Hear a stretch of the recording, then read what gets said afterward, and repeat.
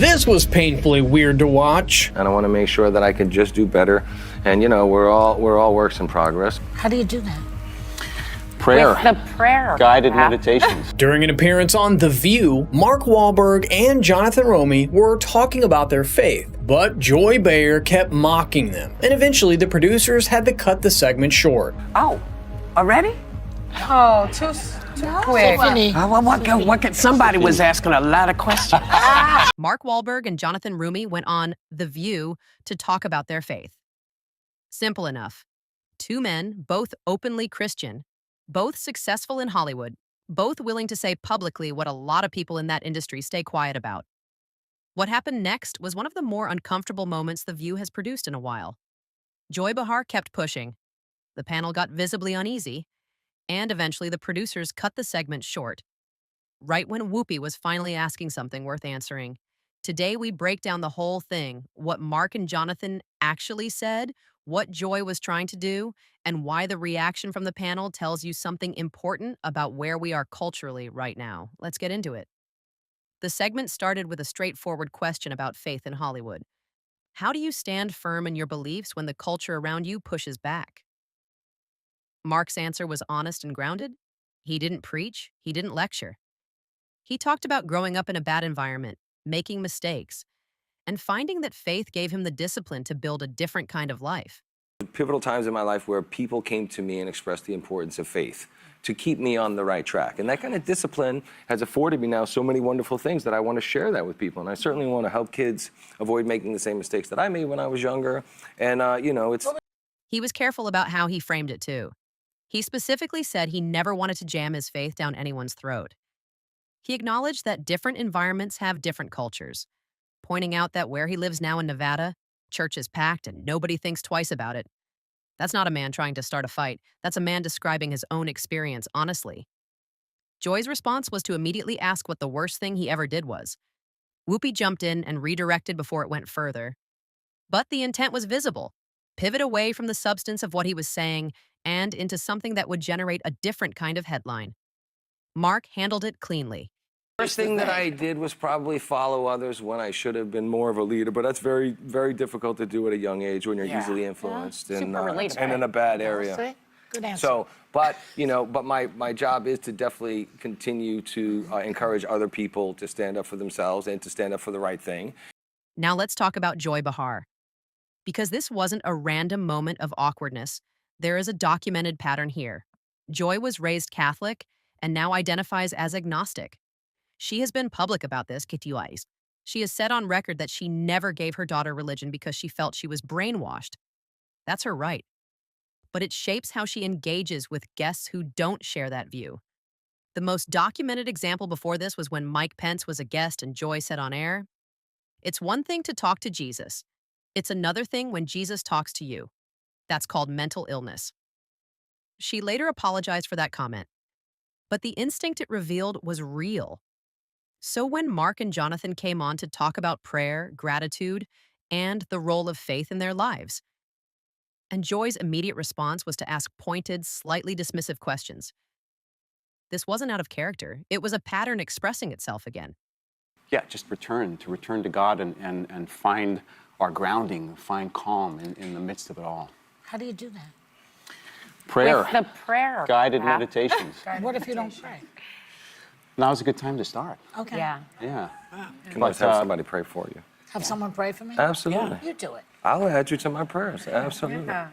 Well, many people... Jonathan's response was perfect. Calm, direct, no defensiveness. He offered to add her to his prayers. Joy's follow-up, "Have someone pray for me," was said with the energy of someone who wasn't sure how to process a response she couldn't argue with. Here is something worth saying directly. In Hollywood and in mainstream media, celebrities who are openly atheist or agnostic rarely face any pressure to stay quiet about it. It's treated as the default sophisticated position. Nobody cuts the segment short when someone talks about not believing. But when it comes to faith, especially Christianity, there is a different energy. Matthew McConaughey has talked about the reaction in the room when he thanked God during his 2014 Academy Awards speech. He noticed certain people weren't clapping. He noticed the temperature change. That's the environment Mark Wahlberg was describing. And he wasn't complaining about it.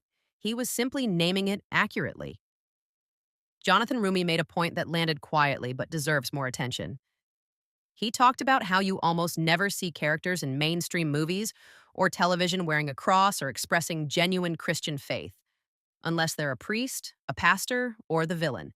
He made a deliberate choice to have his character in a non-faith film wear a crucifix, because that's what real people do, and it's almost invisible on screen.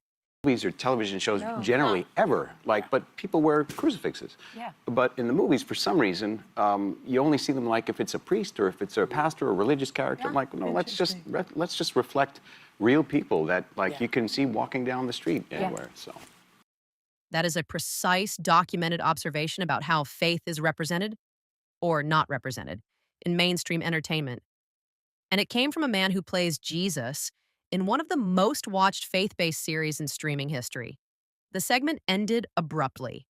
Whoopi was asking a genuinely good question: what it's like for Jonathan to shift from playing Jesus in The Chosen to a romantic comedy role. It was a question with real substance.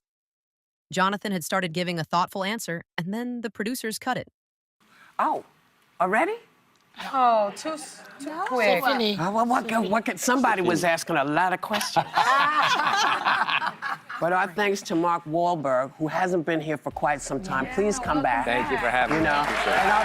Even Whoopi seemed surprised. The panel had just gotten to a moment where the conversation was going somewhere real. Away from Joy's interruptions, into actual substance about faith, representation, and the craft of acting in projects that mean something to the people who watch them.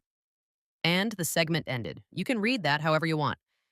Maybe it was just a timing issue. Maybe the rundown was tight, but the optics are what they are. The moment the conversation moved towards something genuinely thoughtful about faith in Hollywood, it was over. Mark Wahlberg and Jonathan Roumie didn't go on The View to start a fight. They went to talk about something that is clearly meaningful to both of them: how faith shapes a life, how it holds you accountable, how it gives you something to stand on when the culture around you is pushing in a different direction. Jonathan made one observation that I think is more significant than it sounds. He said more young men are turning back toward faith-based values, that women are drawn to men who are grounded in genuine belief because it creates safety and stability. And the reaction on the panel to that observation was immediate. Whoopi stepped in to redirect. Hold on a second. Let's not go down that road again. Yeah, you started it last time. You did. I know. Jonathan, you do such a... That instinct to redirect the moment the conversation moves toward the idea that faith has tangible positive effects on how men show up in relationships and communities is the same instinct Joy was expressing with her dismissive questions. It is not hostility exactly. It is discomfort. And discomfort, when it keeps showing up in the same direction on the same topics, with the same guests, starts to look like something more deliberate. Mark and Jonathan didn't flinch. They answered every question directly. They offered grace when it wasn't easy to offer it. And they walked off that stage having said exactly what they came to say.